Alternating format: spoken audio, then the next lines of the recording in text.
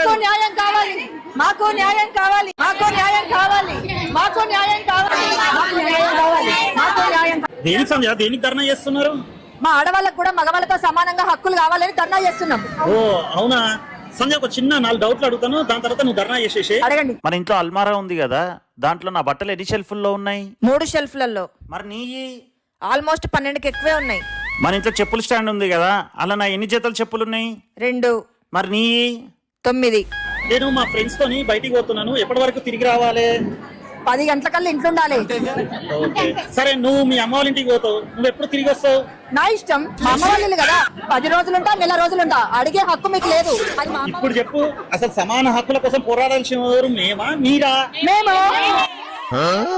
మీకు 3 షెల్ఫ్లు ఉన్నాయి కదా బట్టలకి, ఆ 3 షెల్ఫ్లు కూడా మాకే రావడానికి ధర్నా.